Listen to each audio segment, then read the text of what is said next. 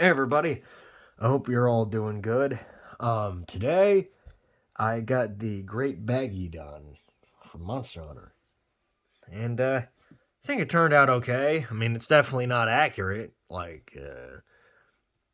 think the snout's too long, and something about the face is kind of off. But I tried, and I never said I was a professional at this. So what you gonna do?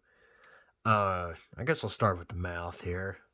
The mouth's sloppy, but it's okay. I mean, there's some grays and some flesh tones and some white for the teeth. You um, I always, it's funny thinking about it now.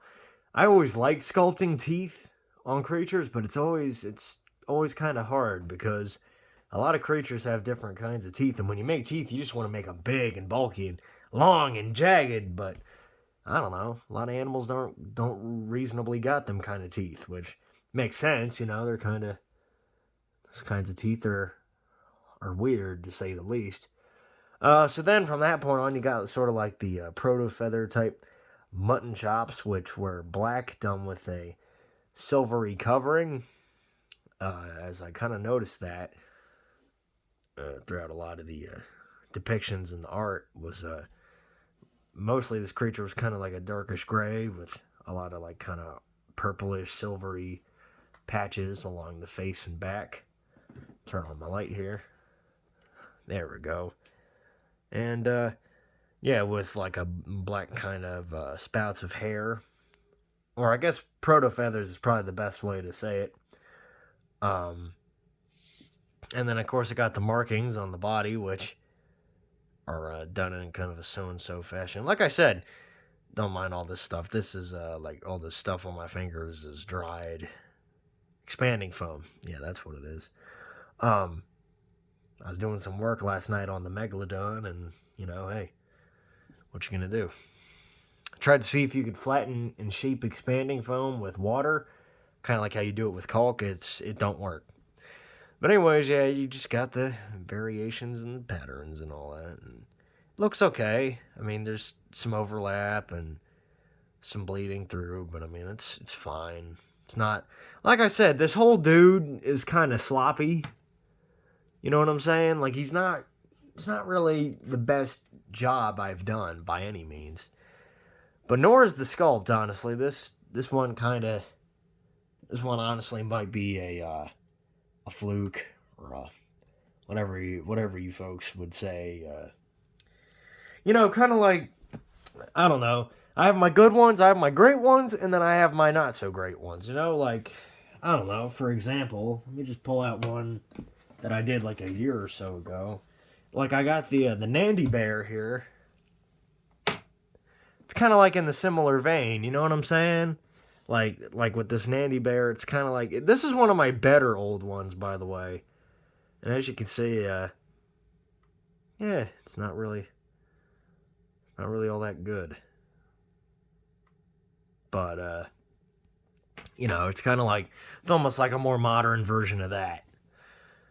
It's or wait, no, this is almost like a more modern version of that. So it's not really the best. Which, I mean, hey, not all of them can be winners. Granted, I could have did a better job sculpting wise and all that, but I don't know. Honestly, you people are the judge. The the dudes and dudettes watching this are honestly the ones that give me confirmation as to whether or not this is decent looking. Because for me, I'm a perfectionist. It's hard when I could tell when something I make ain't that great. So you people kind of got to give me that confirmation. Uh, as for like all the scars and stuff, oh man, I forgot to paint a scar right there. That's a deep one too. That's why all the scars are like pure white instead of like the what is it, the flesh tone. The reason why I did that was because in Monster Hunter, usually when you cut something or break like a piece off of the creature, it's just pure white, which is fascinating. I wonder if like the monsters in Monster Hunter have like some sort of clotting agent in their blood that almost instantaneously keeps the beast from bleeding out, because some of the injuries that the creatures in Monster Hunter sustain are horrific. Like, they get their body parts chopped off, and usually their tails, stuff like that. There we go. That's better. See, I just kind of fixed it up real quick. Like I said, it's kind of hard, because I can barely see. I can barely see in this room at night, and usually that's the main amount of time that I got to do this sort of stuff. Not to make excuses, but we're all busy, all of us, So, I don't know. Honestly, all of you can be the judge for this. Everybody watching this. But yeah, I don't know.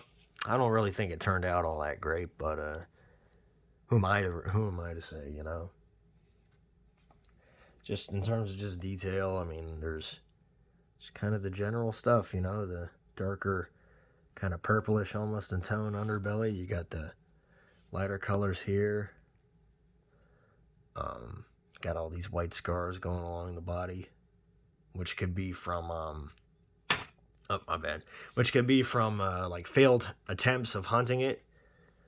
Got some puncture wounds and some more cuts along its body. This was originally a Ceratosaurus, by the way. A Ceratosaurus that has a Triceratops horn glued to its head.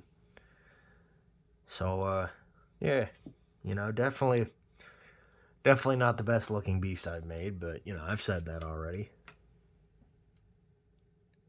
Hopefully my other Monster Hunter creatures will turn out better. But anyway, I hope all of you have a good time, have a good day or week. And I'll see you with the next creature. Everybody take care.